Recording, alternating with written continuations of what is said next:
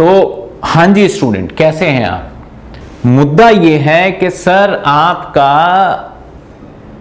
मैं जहां तक मुझे याद है आपका एग्जाम खत्म हो चुका था जून और जुलाई तक।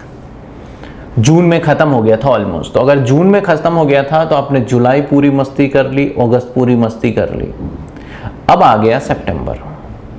सितंबर के बाद आपके पास सिर्फ 3, अगर मैं बात करूं तो आपके पास सिर्फ और सिर्फ कितने टाइम बचे हैं आपको पता है? आपके पास सिर्फ और सिर्फ 90 डेज बचे हुए हैं। कितने डेज बचे हुए हैं आपके पास?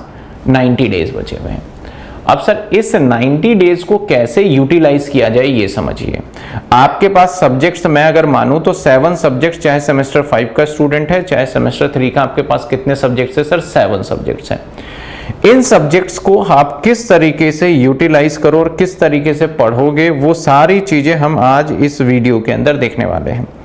सबसे पहले आप 2 तरीके, यहाँ पे 3 तरीके के, इनफैक्ट मैं 2 तरीके तो मैं नहीं बोलूंगा, यहाँ पे 3 तरीके के इनफैक्ट स्टूडेंट है। एक स्टूडेंट है जो कि रेगुलर का है, एक स्टूडेंट है जो एसओएल या एनसी वेब कह लो, दोनों सेम ही है, एक स्टूडेंट है जो वर्किंग है। देखो रेगुलर वाले स्टूडेंट जो हैं वो लक्की मैं बोलूंगा इनको, इसलिए लक्की मैं बोलूंगा क्योंकि ये कहीं ना कहीं बहुत सारी चीजें क्या एग्जाम में आएंगी नहीं आएंगे वो कनेक्टेड हैं। एसओएल वाले स्टूडेंट एक तरीके से कुछ भी नहीं पता, वो इधर उधर ढूंढ रहे हैं और अपना समय बर्बाद कर रहे हैं। आप अपने आप से पूछा क्या मैं टाइम खराब कर रहा हूं या कर रही हूं? जो मुझे करना चाहिए, जिस चीज के लिए मुझे घर वालों ने परमिशन दे रखा है, जो चीज मैंने सोच रखा है कि वाकई मैं वो काम कर रही हूं। अगर आपका मन कहता है कि हाँ मैं वो काम कर रही हूं तो कोई बात नहीं। अगर मन कहता है कि आप वो काम नहीं कर रहे हो तो आप समझ जाओ कि आप गलत डायरेक्शन में चल रहे हो। जो वर्किंग है उन लोगों के पास मजबूरी है, लेकिन आप बोलते हैं कि सर हम तो वर्किंग हैं, कैसे काम करें, कैसे पढ़ेंगे, समय निकालना बड़ा ही मुश्किल हो रहा है, परेशान हो गए हम तो आपको जो बीकॉम है वो आपको कैसे पढ़ना होगा, वो बड़ा सिंपल सा लॉजिक और सिंपल सा फंडा लेके चलना होगा।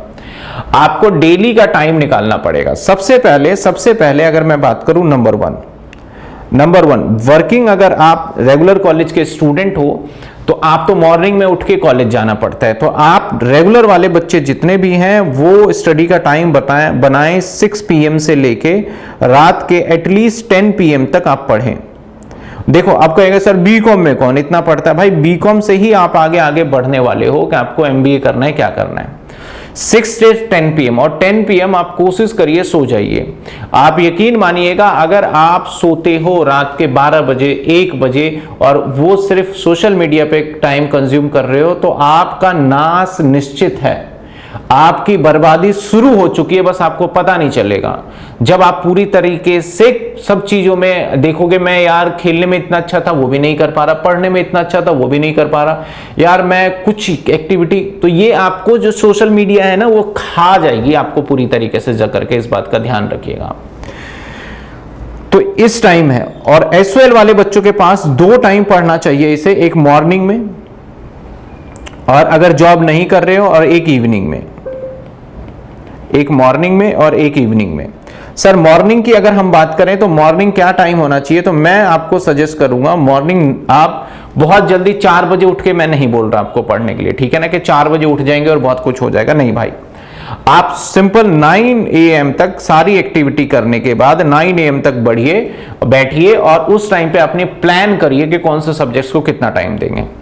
और इवनिंग के अंदर आप लगभग 8 बजे बैठिए और 8 से लेके आप 10 बजे तक आप पढ़िए, ये टाइम रखिएगा। और जो वर्किंग है भाई उनके पास एक ही एक चारा है कि आप ऑफिस से आते हैं तो ऑफिस के आने के बाद जब आप पढ़ने की कोशिश करेंगे तो बॉडी हमारी थक जाती है थोड़ी, तो आप कोशिश ये रखिए कि ऑफिस के आने के बाद अगर आप सिर्फ और सिर्फ 2 आवर्स निकाल पाए तो निकालिए और आप टाइम दीजिए मॉर्निंग का पढ़ने का, उससे आपका अच्छा आउटपुट निकलेगा। अब सर कैसे पढ़ने हैं? हमारे पास अगर मैं चैप्टर की मैं बात करूं तो हमारे पास 2 तरीके के सब्जेक्ट्स हैं, एक न्यूमेरिकल यानी जिसे मैं प्रैक्टिकल बोल रहा हूं, और एक थ्योरी। अगर मैं थ्योरी की बात करूं तो उसे अभी नहीं पढ़ना, प्रैक्टिकल सब्जेक्ट्स जितने भी अभी पढ़ने, चाहे आपका इनकम टैक्स हो, चाहे आपका मैनेजमेंट अकाउंट हो, चाहे आपका एफएम हो, जिस उससे फील्ड से बिलोंग कर रहे हैं बच्चा, जिस सेमेस्टर से बिलोंग कर रहे हैं, चाहे आपका बिजनेस स्टैट्स हो, चाहे आपका बिजनेस मैथ्स हो, 1-1 घंटा डेली पढ़ना है। अब पढ़ना कैसे है ये भी समझ लीजिए। अब बच्चे 2 तरीके से पढ़ रहे हैं, स्टडी करने के तरीके क्या क्या अपनाते हैं ये। सबसे पहले आपके पास बुक होना चाहिए। बुक में देखो मेरा कोई फायदा नहीं है। अगर मैं बोलता हूं कि आपके पास कोर्स होना चाहिए तब तो आप बोल सकते हो सर आपका फायदे के लिए आप ये वीडियो बना रहे हो। बुक में मेरा ना तो मैं किसी को जानता हूं, ना तो लेना है ना देना है। मैं सिंपल सी बात करूं, बुक खरीदो, 700 की है, 800 की है, 500 की है, खरीदनी पड़ेगी बुक। जब बुक खरीदोगे तभी। एसओएल वाले बच्चों, जो आपको एसओएल से बुक मिला है न्यूमेरिकल सब्जेक्ट्स के, बिल्कुल कूड़ा है वो, ध्यान रखिएगा। वो उसके अंदर ऐसा कोई नहीं, कोई चैप्टर कहीं भी डाला हुआ है, सिलेबस का पार्ट नहीं है तब भी डाल दिया। हाँ, थियोरिटिकल चैप्टर वाला आप उससे पढ़ सकते हो। प्लस आपको एक पॉइंट और भी लेना पड़ेगा, 10 ईयर भी लेना पड़ेगा। अब 10 ईयर के अंदर, मैं 10 ईयर के अंदर कुछ चीजें रिटर्न करता हूं तो शायद आपको लगे कि मैं प्रमोट कर रहा हूं। बुक लीजिए, 10 ईयर आप पहले से पढ़ते आए, इसमें सीनियर है तो आप भी अच्छे से जानते हैं आपको बेनिफिट मिल रहा है या फिर नहीं मिल रहा है। साथ के साथ अब बात करते हैं सर न्यूमेरिकल के लिए क्लास कैसे लें। क्लास लेने के लिए आपके पास एक तो सबसे बड़ा प्लेटफॉर्म आपके सामने YouTube है। YouTube, अब मैं ये नहीं कह रहा आप मुझसे पढ़ो भाई, आपको जिससे समझ में आ रहा है YouTube पे आप उससे पढ़ो, लेकिन आप पढ़ो तो एटलीस्ट पढ़ना तो स्टार्ट करो। ऐसा नहीं कि सोच रहे हैं। आप 1 से 2 दिन के अंदर डिसाइड करिए किस चैनल से पढ़ना है और किस चैनल पे पूरा कंटेंट अवेलेबल है। जिस चैनल पे आपको पूरा कंटेंट अवेलेबल मिल जाए, सारी चीजें पढ़ना है, वहां से पढ़ना स्टार्ट कर दीजिए। और जो बच्चे रेगुलर वाले हैं, अब मैं बात करूं YouTube से कौन से बच्चे पढ़ सकते हैं। YouTube से बच्चे रेगुलर वाले काफी हद तक मैनेज कर पाएंगे क्योंकि वो कनेक्टेड है। एसओएल वाले भाई तुम्हें तो पता ही नहीं होगा कि क्या चल रहा है। वर्किंग वाले तुम्हें तो पता ही नहीं होगा क्या चल रहा है। तो आप लोग पढ़ना चाहते हैं पढ़ सकते हैं, नहीं तो मैं सिंपल सी बात कहना चाहूंगा, आप या तो पर्टिकुलर कोई कोर्स को पढ़िए, आप कोर्स लेके जो कि करवाया जा रहा है। बहुत सारे इंस्टीट्यूशन है जो करवाते हैं, जहां से आपको अच्छा लगे। मैं ये नहीं कहूंगा कि मेरे से ले लो, जहां से आपको सूटेबल लगे आप ले सकते हैं। दूसरा, आप आपके नियर बाय अगर कोई ऑफलाइन है तो ऑफलाइन जाके आप पढ़िए। YouTube के ऊपर जो कंटेंट है वो कंटेंट मिक्सड अप है, तो उसमें परेशान हो सकते हैं। और वहां सबसे बड़ा डिस्ट्रैक्शन होता है ऐड, और ऐड के साथ शॉर्ट्स, जिसके अंदर कई बार हम करते करते डिस्ट्रैक्ट हो जाते हैं। और पढ़ने के लिए अगर आपके पास लैपटॉप है तो इससे बढ़िया कुछ नहीं है। आप मोबाइल फोन से मत पढ़िए मेरे भाई, मोबाइल फोन से मत पढ़िए, बहुत दिक्कत में आ जाएंगे मोबाइल फोन से। मोबाइल फोन के अंदर आपका ज्यादा से ज्यादा समय मोबाइल फोन पे ही लगा रहेगा कि भाई ये कर लो वो कर लो। आप लैपटॉप या कंप्यूटर है, बेस्ट ऑप्शन है, आप वहां पढ़िए। तो मैं तो बस इतना ही कहना चाहूंगा, आप प्लानिंग करिए और इसी हिसाब से अपने स्टडी को एग्जीक्यूट करिए। लेकिन यकीन करिएगा, जो बच्चे सेमेस्टर 5 में है ना, सेमेस्टर 5 में उनको बड़ी दिक्कत होने वाली है, क्योंकि उनके पास आईटी भी है, उनके पास मैनेजमेंट अकाउंट भी है, उनके पास एक आपका बिजनेस इकोनॉमिक्स भी है। एक पेपर में भी अगर ऊपर नीचे हो गया ना आपका, तो समझ जाइएगा आपका कितना बड़ा नुकसान होने वाला है। इस बात को आप ध्यान रखिएगा। तो आप जल्दी से जल्दी स्टार्ट कर दीजिए, डिले नहीं हुआ है। मैं अगर बात करूं तो मैं तो अब देखो सैलरी के भी मैं रिवीजन वीडियो, हमारे पास जितने भी बच्चे पढ़ रहे थे उनका मान लिया जाए इनकम टैक्स के अंदर मैं उनका सैलरी करवा चुका हूं, कंप्लीट हो गया भाई। सर फिर आप YouTube पे क्यों नहीं डाल रहे? YouTube के ऊपर पे डाल रहे हैं, धीरे धीरे करके रिवीजन वीडियो आएंगी आपके YouTube के ऊपर, लेकिन आपको वेट करना पड़ेगा क्योंकि एडिट करके बड़ी सारी वीडियो डालनी पड़ती है। लाइव क्लास का शेड्यूल एक अलग ही होता है। और अगर आप कोर्स भी खरीदते हैं ना, तो लाइव क्लास का कोर्स खरीदें, उसका मजा और रिकॉर्डेड देखने का दोनों में फर्क है। लाइव क्लास में क्या होता है, आप ना मुझे 2x पे नहीं ले जा सकते, आपकी पढ़ना पड़ेगा, मैं एक एक बातें आप सुनोगे। और रिकॉर्डेड में क्या होगा, मुझे आप 2x 3x पे ले जाओगे और बड़ी सारी बातें होगी, बस खत्म। तो वो चीजें मत करिएगा आप। तो इनकम टैक्स के अंदर एफएम का सिलेबस लगभग एक चैप्टर बचा है, खत्म हो चुका है।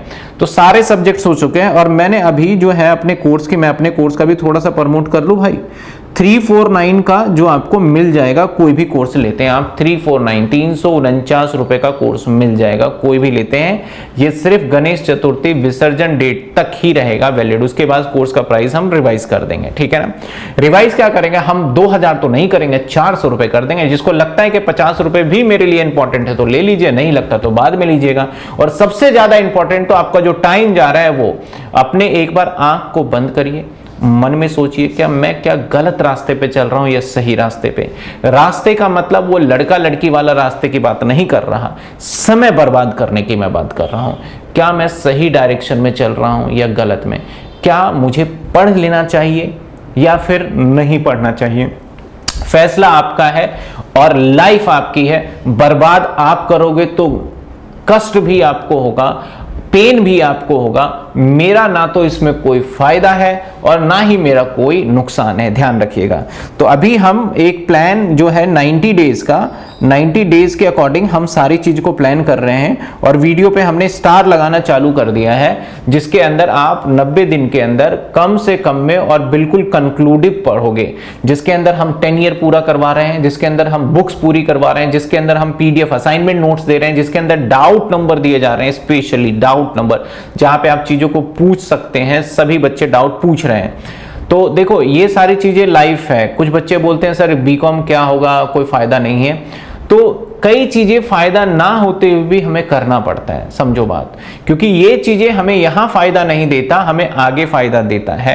अगर आपने मान लो 5th क्लास तक पढ़ाई करी है और 5th क्लास तक की पढ़ाई आपको कौन सी नौकरी लग जाएगी मुझे एक बात बता दो, लेकिन पढ़ा ना ताकि आपको बेसिक नॉलेज मिले, अच्छे से आप चीजों को समझ पाओ, लिख पाओ, पढ़ पाओ।